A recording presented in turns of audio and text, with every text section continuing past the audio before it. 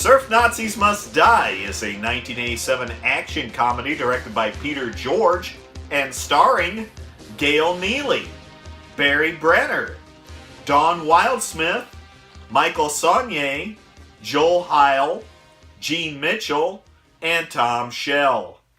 The film opens with a surf Nazi youth rally. Remember to always lead with the blade. Goofy footers are an inferior breed. Real surfers lead with their left foot forward. We get some kind of subplot with an earthquake in LA and some folks checking into the Red Roof Inn. And Mrs. Washington is going to the home. Don't worry, this entire earthquake thing will not be addressed at all in the remainder of the film. Is there an actual flame on that torch?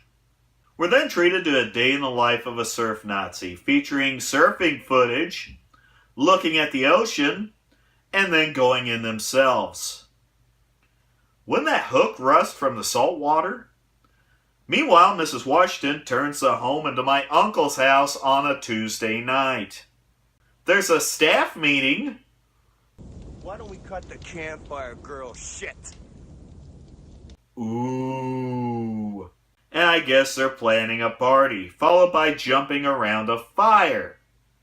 They head to Pallet Lamb, where they meet up with other groups such as these guys, these folks, and them.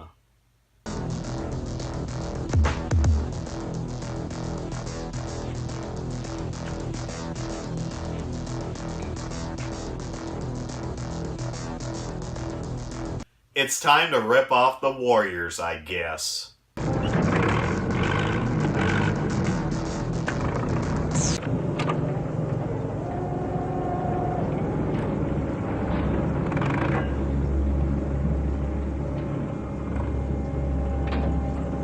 I've made an entrance just like that before. We need to centralize power. We need to pull together under the sign of the swastika. Man, that guy's acting so hard his head's going to fucking explode. Adolf, no! You couldn't handle the power! And apparently, he's not the only one. We then see how the surf Nazis get their money on the beach, and a biker bar coke deal isn't really addressed again during the film. Some other surfers show up at the beach and they attack in what I guess you could call fighting as this goes on in the sand. We are a third of the way through the film and I still haven't found the plot yet. Then Mrs. Washington's son comes to visit her, then he stops a purse snatching, and then he's fucking murdered. As Eleanor mourns, we get this scene in a flaming airplane hangar. I want to talk to you. All you ever want to do is talk. All you ever want to do is yuckity, yuckity, yuckity, yuckity, yuckity. And you never want to fucking listen, man. That's not true. It is true. Not only is this one of the worst shots I have ever seen in an actual movie, it is totally fucking useless. Meanwhile, at Smeg's house, we get a little Adolf background. Wetsuit off. No way. Adolf is expecting me. Adolf? Good God, Gregory. Is that what that snotty Ricky Johnson calls himself now? Mom. And what are we going to learn today, Gregory? Don't call me Gregory. How to assassinate your parents? In the 1980s, that would have been Dungeons & Dragons' job. I bring you a ton of easily resellable merchandise every day. I know it's in demand, Sly. Just offload it faster.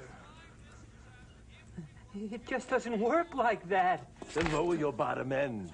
You guys should cut out the middleman and open an eBay shop.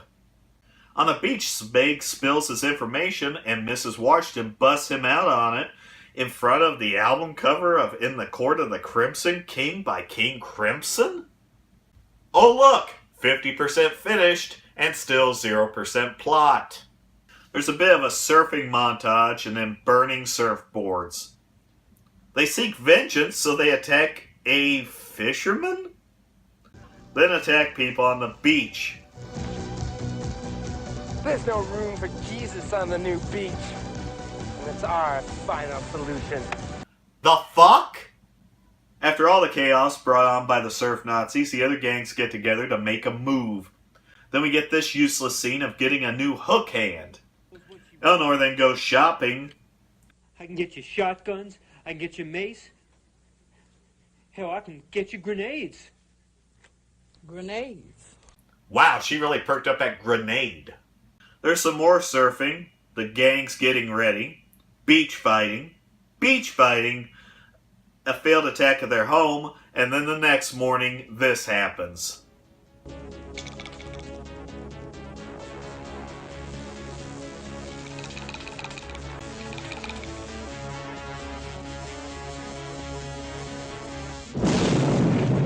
There's a chase, and holy shit, this may have just gotten 1,000 times better. They tail her to the home, and then there's a vehicular swap, leading to some scrapyard cat and mouse. They steal some boards, and so help me God, if Eleanor starts surfing, this could be the greatest film of all time. Fishing ain't no good, neither are the goddamn hot dogs. What do you say we take the boat out in the harbor, try our luck out there? Today's your lucky day, sucker. You and me are going trolling for some surfers. Convenient!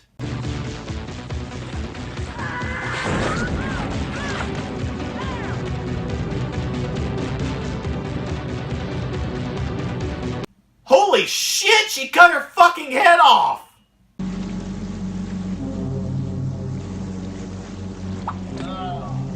What the hell?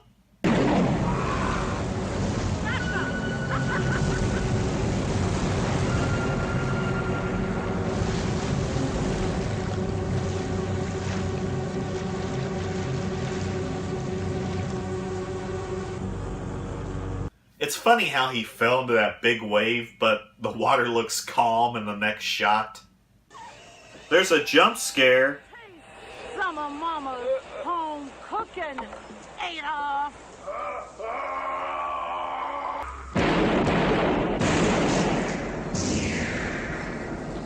Surf Nazis Must Die.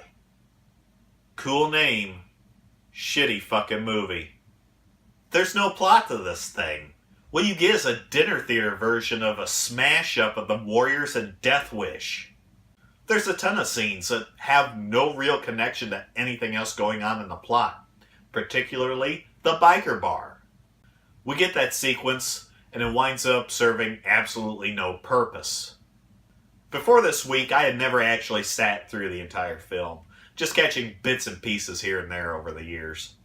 But that title, Surf Nazis Must Die, just gets in your head and sticks there for decades. It's just too bad that once you watch it, the film is unparalleled disappointment.